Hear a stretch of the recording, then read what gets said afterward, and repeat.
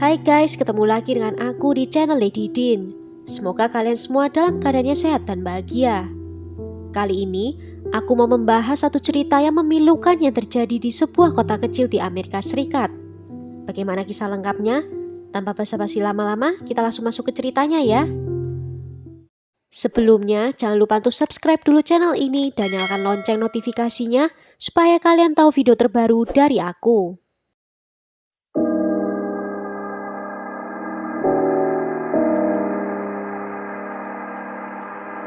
I was panicked the minute she didn't get home on time. And then I was doubly panicked a few minutes later when the dog was there and she wasn't. I wouldn't wish this on even my worst enemy. There is nothing worse. There's nothing worse than losing a child. Amanda Teresa Stevick lahir pada tanggal 16 April 1971, namun dia lebih dikenal dengan nama Mandy. Mandy tumbuh besar di Alaska, namun saat orang tuanya bercerai, ibunya mengajak Mandy dan kedua saudaranya yang masih kecil untuk pindah ke Acme, Washington, Amerika Serikat. Acme adalah sebuah kota kecil di mana semua orang di dalamnya saling mengenal satu sama lain, dan lingkungannya juga sangat aman, jarang terjadi kasus kejahatan. Mandy masih punya satu lagi kakak yang paling tua yang tetap tinggal di Alaska. Kehidupan keluarga Mandy berjalan kurang mulus, tetapi dia sangat menyukai menghabiskan waktu bersama mereka. Kakak tertuanya yang bernama Brent hidupnya harus terhenti di tahun 1975 karena adanya insiden penembakan yang terjadi di Alaska. Peristiwa ini membuat Mandy belajar untuk bisa lebih menikmati hidup dan menghargai orang-orang terdekatnya. Di pergaulannya, Mandy dikenal sebagai gadis yang populer.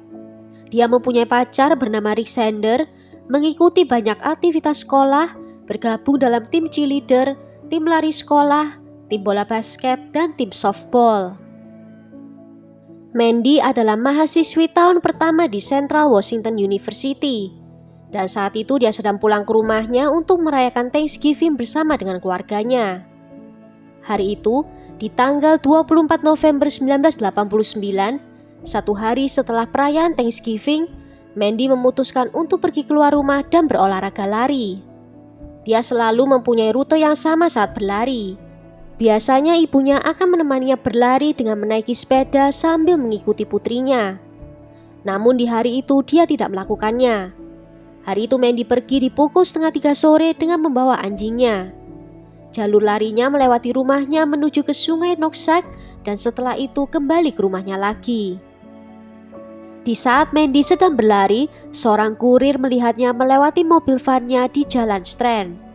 Dia terlihat sedang menuju ke rumahnya. Saudaranya yang saat itu juga sedang berada di rumah temannya, melihat Mandy yang lagi berlari ke arah rumahnya. Walaupun Mandy terlihat oleh dua orang saksi kalau dia sudah dalam perjalanan pulang ke rumah, Mandy tidak pernah sampai ke rumahnya. Keluarganya menjadi sangat khawatir, apalagi saat melihat anjing mereka muncul di depan pintu rumah dalam keadaan sendirian. Ibunya Mandy mencoba untuk menghubungi teman-teman dari Mandy, namun tak satu orang pun yang mengetahui keberadaannya. Mandy pun dilaporkan menghilang dan pencarian pun dimulai. Dan 3 hari kemudian, di tanggal 27 November 1989, tubuh Mandy yang sudah tak bernyawa ditemukan di sebuah sungai yang berjarak hanya beberapa kilometer dari rumahnya. Sungai itu kedalamannya hanya setinggi lutut orang dewasa. Dia ditemukan dalam keadaan tak berbusana, hanya mengenakan kaos kaki dan sepatunya saja. Dan terlihat kalau dia mengalami pelecehan seksual dan setelahnya baru ditenggelamkan. Polisi meyakini kalau Mandy diculik oleh seseorang yang membawa mobil karena Mandy adalah pelari yang cepat. Setelah diculik, dia dibawa ke lokasi di mana dia dilecehkan dan Mandy masih bisa berusaha untuk melarikan diri. Ini terlihat dari goresan di badannya yang sepertinya diakibatkan oleh semak-semak. Namun pelaku memukul kepalanya sehingga Mandy pingsan dan dia ditinggalkan begitu saja di dalam sungai. Penyebab kematiannya karena tidak bisa bernafas yang disebabkan oleh tenggelam. Walaupun teknologi DNA di tahun 1989 itu masih belum semaju sekarang, polisi berhasil mengumpulkan bukti DNA dari tubuhnya Mandy. Namun mereka tidak menemukan orang yang cocok di dalam sistemnya. Polisi juga mencoba mengambil DNA dari air liur 30 pria di komunitas itu, namun tak ada satupun yang cocok. Polisi mencoba untuk melihat kemungkinan lain, apakah Mandy dibuntuti oleh seseorang. Kurir yang melihat Mandy berlari menuju ke rumahnya mengatakan kalau saat itu dia memperhatikan ada sebuah truk yang berjalan di dekatnya Mandy. Dan dia melihat ada seorang pria berusia 30 tahunan di dalam truk itu. Polisi berhasil membuat sketsa dari pria itu. Polisi juga menginterogasi pacarnya Mandy. Mereka sudah berpacaran selama 3 tahun. Namun dia kooperatif dengan polisi dan mau memberikan semua detail yang diperlukan oleh polisi. Dan dia pun dengan cepat dilepaskan dari daftar tersangka. Namun, penyelidikan kasus ini tidak ada kemajuan sehingga kasus ini menjadi kasus dingin. Di bulan Juni 2013, 2 orang wanita, Heather Backstorm dan Marilee Anderson, mereka membawa anak mereka untuk berenang di water park. Mereka di sana bersama dengan ibu-ibu lainnya. Anak-anak mereka sama-sama bersekolah di Mount Baker High, yaitu sekolah yang sama dengan Mandy dulunya. Dan ibu-ibu itu membicarakan kasusnya Mandy di hari itu. Tiba-tiba Marilee memberitahu lainnya kalau dia tahu pelakunya siapa. Dia menyebutkan nama Timothy Bass. Yang anehnya, Heather juga memiliki pemikiran yang sama. Timothy adalah tetangga dari Mandy dan Mandy berteman dengan adiknya.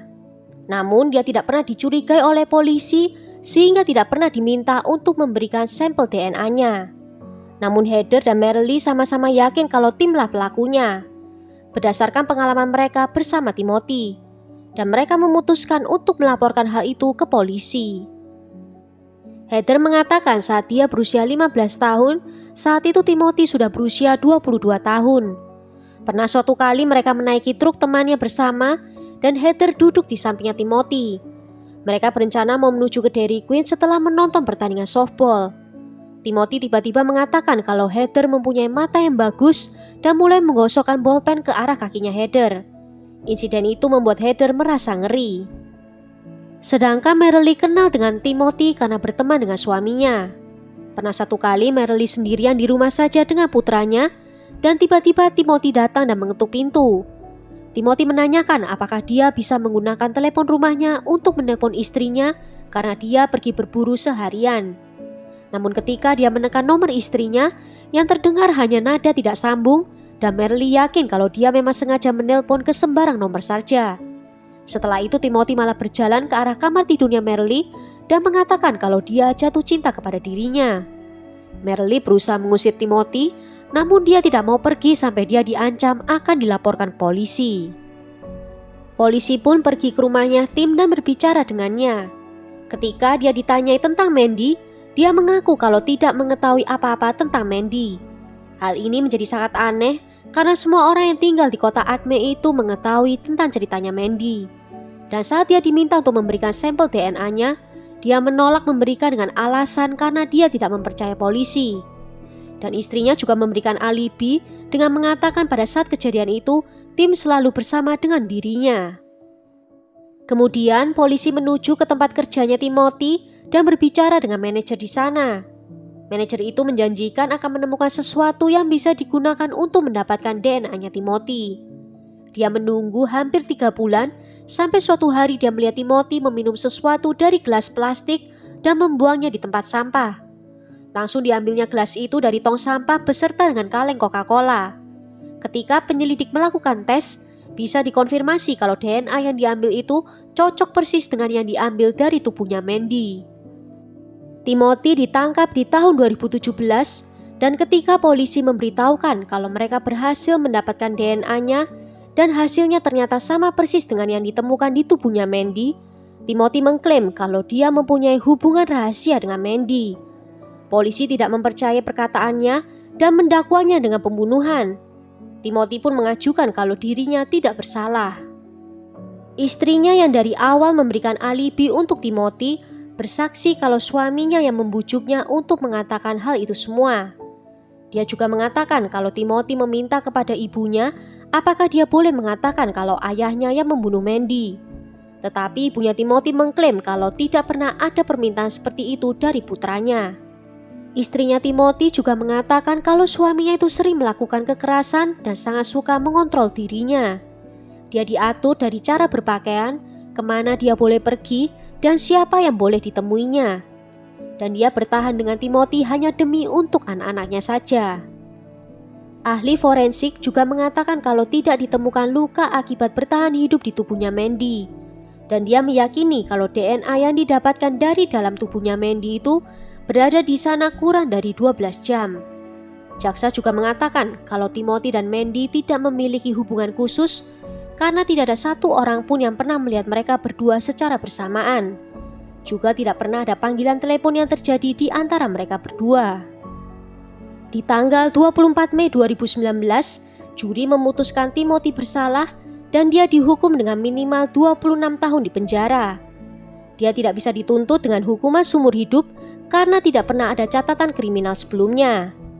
Lebih dari 30 tahun yang dibutuhkan untuk memecahkan kasus ini. Namun kasus dari kakak Mandy yang meninggal karena insiden penembakan sampai sekarang masih menjadi misteri. Well, sampai di sini dulu cerita kali ini. Bagaimana menurut kalian tentang kasus kali ini? Tulis ya pendapat kalian di kolom komentar. Akhir kata, terima kasih karena sudah nonton video ini sampai akhir. Sampai jumpa di video berikutnya.